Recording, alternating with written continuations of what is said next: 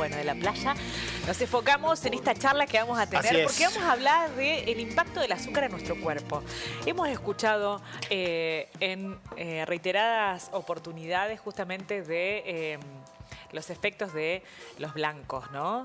Las harinas, el azúcar, la sal, los lácteos también en muchos casos, pero hoy nos enfocamos en el azúcar, ¿no? Y el impacto que tiene si lo tenés como primera ingesta o primera comida en el día, ¿no? Realmente las repercusiones que pueden tener en todo nuestro organismo son increíbles, Lara, ¿no? Está buenísimo saber esto y desasnarnos un poquito para saber el impacto, porque por ahí uno no mide la consecuencia exactamente por el simple hecho de desconocer la información, ¿no? Sí, muy bien. Bueno, hay muchas razones, muchísima información para que podamos decidir, ¿no? ¿Cuál va a ser nuestra primera ingesta en el día y de qué manera queremos alimentar nuestro organismo, nuestro cuerpo? ¿Qué tipo de salud queremos construir, ¿no? ¿Cómo queremos que sea nuestra adultez, nuestra vejez también?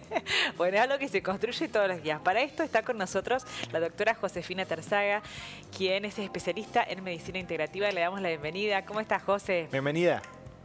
Buenas, ¿cómo están? ¿Cómo andan, Lalo? Hola, Julieta. Muy bien. Muy bien. Buenas tardes. Aquí estamos. Gracias por la invitación. Un placer realmente recibirte porque nos invitás a mirar nuestra alimentación, nuestros hábitos de una manera amorosa siempre y con mucha información realmente, porque no hay manera que podamos decir quiero azúcar, si escuchamos todo lo que nos cuenta José, ¿no? Y a mirar cómo vamos a arrancar el día, ¿no? Claro. Tal cual. La verdad que, bueno, justo un poco ahí el otro día, hablando en esta publicación, como de a empezar a hacer foco, aunque sea en la primera ingesta, ya que, bueno, el azúcar, hoy gracias a la medicina integrativa y funcional, nos estamos dando cuenta de lo que muchas veces creímos que nos enfermaba, hoy se sabe que es todo lo contrario. Durante muchos años estuvimos haciendo foco en la grasa, en las proteínas, en la carne, en la sal, creyendo que era lo que nos enfermaba. Pero bueno, por suerte la ciencia avanza, todo avanza, y el metabolismo y la fisiología del cuerpo se va descubriendo cada vez más. Y hoy nos damos cuenta y conocemos cada vez más el mecanismo y el impacto del azúcar en el cuerpo. Y esto también lo sabe la industria, claro, ¿no? El neuromarketing que se llama, y todos los efectos que eso causa, no solo a nivel fisiológico y de tejidos, sino también a nivel del sistema nervioso. Obviamente uno siempre, todos elegimos lo más dulce, ¿no? Y cuando digo azúcar, las harinas también son parte del azúcar. Entonces, pongámoslas también en las harinas, a los carbohidratos dentro del azúcar, porque una vez que ingresan a nuestro organismo, las enzimas del organismo las descomplejizan. Sí. Exacto, las rompen y son moléculas de azúcar sueltas, que ahí nomás nos elevan la glucemia, ¿sí? El azúcar en la sangre. Pareciera que históricamente, culturalmente, socialmente, el desayuno, tostadas con manteca, queso, en el mejor de los casos, mermelada, galletita, mermeladas, bueno, las bebidas, endulzar con azúcar o con algún otro tipo de edulcorantes que también elevan la glucosa, ¿verdad? ¿Qué nos puedes decir, José? Bueno, un poco... vos pensás que los seres humanos toleramos más o menos eventualmente, ni siquiera es algo que podríamos hacer todos los días, 20 gramos de azúcar, que son más o menos 4 cucharaditas de café. Y, por ejemplo, vos piensen más o menos que 2 tostadas más, por ahí un poco de queso crema y un poco de mermelada, aún leyendo la etiqueta que dice light o reducido en azúcar, eso ya tiene más o menos 80 gramos de azúcar, o sea, más de 3 veces lo que nosotros toleraríamos fisiológicamente en nuestro organismo eventualmente, ¿no? Más o menos. Imagínense la sobrecarga de azúcar que le estamos dando a nuestro organismo como primera, como diciéndole hola, despertándolo de esa forma al cuerpo. Un montón. Lo noqueamos ya. Un montón. O sea, es que no es que lo estás invitando a... Los niños, ¿no? Cuando le damos la famosa chocolatada, que ya viene con agregado de azúcar, las galletitas empaquetadas que vienen, no les voy a decir la cantidad de azúcar porque es un montón, y después nos quejamos que los niños están súper alterados y que no pueden dormir, pero bueno, imagínense la cantidad de azúcar con que los niños andan todo el tiempo en el cuerpo, ¿no? Imagínense. Y en su sistema nervioso, el azúcar causa neuroinflamación, ¿no? Te iba a preguntar eso, si inflamaba el organismo. Insomnio hoy en día, ¿no? Y lo peor de todo es que, a diferencia de lo que mucho se creía, ¿no? Esto de, bueno, las grasas aumentan el colesterol y los lípidos de sangre, todo lo contrario, el azúcar es el que nos aumenta las grasas y la reserva grasa del organismo. Porque a grandes rasgos, así para no profundizar tanto, pero para que nos quedemos con esta idea, cuando nosotros se nos aumenta el azúcar en sangre, cuando por ejemplo hacemos esta carga, sobre todo a primera hora del día, obviamente el cuerpo dice, che, es mucha la carga que tenés en sangre, no puedo tolerar esto, si no todos seríamos diabéticos, ¿no? Y viene una famosa hormona que todos seguramente alguna vez escuchamos, que es la insulina, ¿sí? Entonces el páncreas saca insulina, ¿sí? Y la insulina es la encargada de guardar ese azúcar, ¿sí? De sacarle la sangre y de almacenarla. Ahora, ¿cómo la almacena a ese azúcar? ¿Sí? La almacena en forma de grasa. En forma de grasa. De colesterol y de triacilglicéridos. ¿Sí? Entonces, creyendo que dentro de un rato vamos a necesitar más energía y ahí vamos a transformar nosotros esa grasa en energía. El tema es que nosotros vivimos a base de azúcar. Entonces, después de las 2 tostadas nos comemos, no sé, una barrita de cereal de azúcar, llena de azúcar. Entonces, almacenamos más grasa y nunca usamos esa grasa. Y no sé, y al mediodía consumimos algo más con azúcar y seguimos almacenando grasa. En cambio, si nosotros tenemos una alimentación con grasa y proteínas y más baja en azúcar y carbohidratos, el metabolismo cambia y cuando entra grasa, la grasa se utiliza en el momento, ¿no? Obviamente siempre hablando de grasas saludables, ¿sí? Bien. Entonces, bueno, es como empezando a cambiar un poco la idea de alimentación. ¿Y cuál debería ser el desayuno ideal que deberíamos tener cuando nos despertamos? O la serie de pasos a seguir al menos. Bueno, yo siempre recomiendo como esto de decir, empezar a no tener que leer etiquetas en la mañana, ¿sí? Si, por ejemplo, tendemos a tomar café o alguna infusión, tratar de que no tenga añadido de azúcar. Y, por ejemplo, en el tema de la ingesta, en el tema de todo lo que sea sólidos, por ejemplo, yo recomiendo mucho la proteína, que generalmente por ahí para un buen desayuno pueden ser huevos, unos huevos revueltos, un omelette, unos huevos con algún tipo de harina, que puede ser una harina de almendras, una harina de coco, y armar por ahí un pancake, un waffle. Puede ser acompañado de, eso sí, alguna fruta, que siempre por ahí está bueno. Siempre una fuente de grasa saludable, como palta, frutos secos, siempre está bueno. Siempre la proteína y la grasa nos va a hacer que nuestra saciedad se mantenga durante mucho tiempo y al no movilizar la insulina y la glucosa, no tengamos ese bajón energético por ahí a mitad de mañana, que nos da hambre, como que se nos baja la energía. Y encima el cortisol, que es la hormona del estrés, se aumenta porque dice, che, se me está yendo la fuente de energía y entra en estado de alerta. En cambio, cuando nosotros no nos alimentamos como fuente principal del azúcar, no hay elevación de cortisol, que es la hormona del estrés, y que sabemos que eso nos genera también. Hay mucha gente que tiene el cortisol muy alto y que puede tener una alimentación súper sana, pero muy restrictiva, y eso también causa incapacidad de bajar de peso. Claro, ¿no? José, hablamos de las frutas, ¿no? Que pareciera que al ser algo natural, bueno, como que no se mide. ¿Cuándo la fruta, cómo, qué cantidad recomendás por día?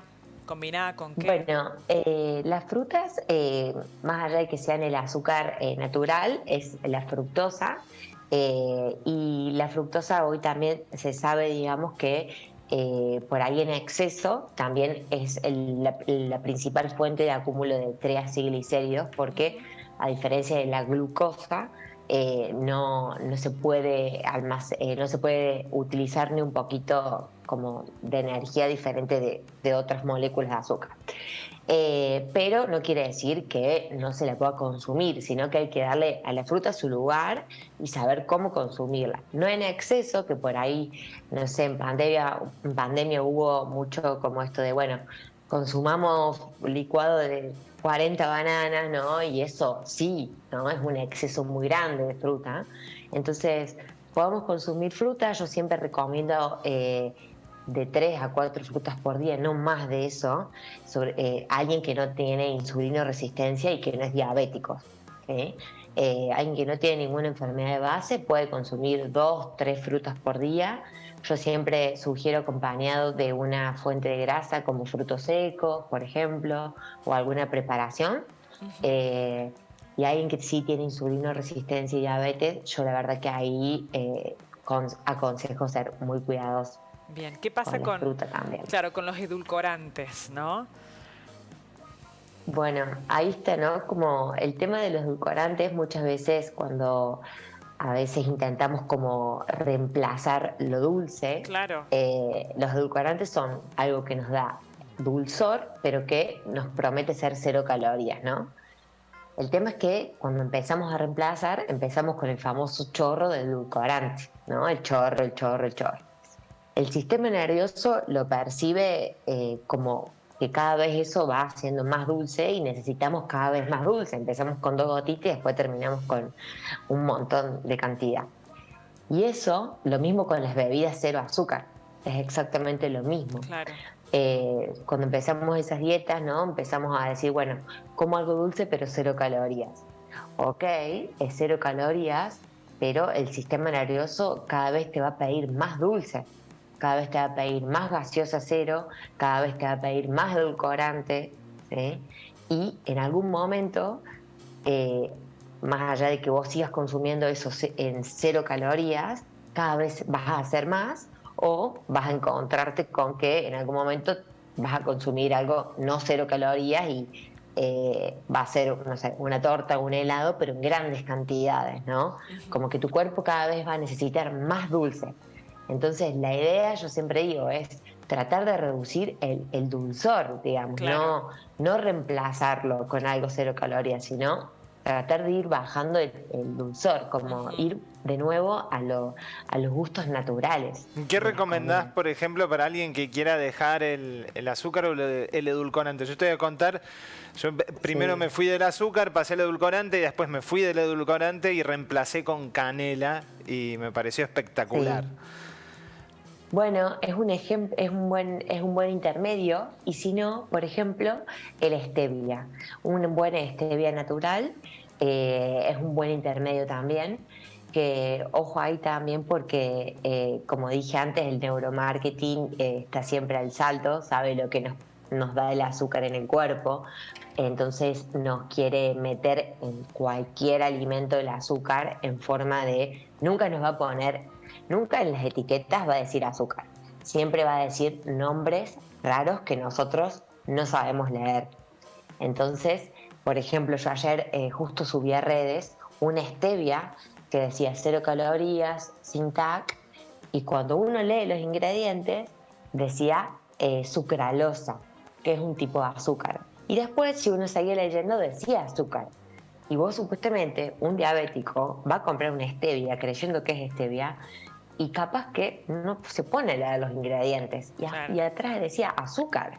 Entonces, fíjense la estrategia, ¿no? Hay que tener mucho cuidado. Por eso también la importancia de leer etiquetas, ¿no? O de ir a eso natural. Entonces, seguro. Sí recomiendo una stevia, pero bueno, leer bien que sea solo stevia. Una stevia honesta. Una stevia pura. Una stevia honesta, sí. Por último, José, para cerrar, los lácteos, ¿no? Sí. A ver, ¿cómo intervienen esto con el tema del azúcar, los agregados y eso? Bueno, con el tema de los lácteos, yo con todo lo que son las leches de vaca, sí. Está la lactosa, que es un azúcar. Hay que sacar un poco el mito, digamos, de que de ahí viene el calcio. Cuando ya somos adultos, el calcio viene de los vegetales, viene de los frutos secos. Así que si queremos calcio, ahí no vayamos a buscarlo. Uh-huh. Y el problema, más que nada, de la leche de vaca es la caseína, ¿sí? Que al igual que el gluten es una proteína que con el tiempo nos va generando permeabilidad intestinal. Por eso hay tanta gente que tiene intolerancia a la lactosa. Entonces, bueno, por ahí ir moderándolo, ¿sí? A la leche de vaca. Con respecto al tema de por ahí los yogures, siempre tratar de elegir un yogur sin endulzante. Un yogur, lo cual es difícil irlo a conseguir en un supermercado. No lo vamos a conseguir en un supermercado. Por ahí ¿y hacerlo en casa? Sin azúcar. ¿Cómo? ¿Hacerlo en casa? Perfecto, sí, hacerlo en casa es una muy buena opción. Utilizar un sachet, una leche de vaca reducida en lactosa y utilizar un buen yogur griego natural. Por ahí natural. Y a partir de ahí, cuando hacemos 1 litro de yogureo, se reduce mucho la caseína, así que es una súper opción y además económica, porque de ahí sacamos un montón y vamos replicando. Sí, incluso nos sirve también para aderezar ensaladas, así que espectacular. Exacto, y nos sirve para hacer algo dulce y algo salado. Y con respecto a los quesos, los mejores y los que mejor grasa nos dan para el organismo, de nuevo, las grasas son necesarias, todo lo que serían quesos de vaca, quesos de oveja, quesos de cabra y por último queso de vaca. Pero principalmente quesos estacionados, quesos de cabra y oveja son excelentes y nos aportan grasas súper necesarias para el organismo. Y son deliciosos. Y por último, los quesos de vaca. Muy bien. Bueno, José. Un placer. Impecable, realmente. Vamos a invitar a que te puedan seguir en las redes sociales. ¿Cómo te encuentras, José? Es doctora, abreviado, sí. DRA. Josefina Terzaga. Muy bien. Bueno, muchísimas gracias por tu tiempo y por toda la información que nos brindaste. Gracias, un gran José. abrazo. Hasta Adiós. pronto. Chau, chau. Chau, chau.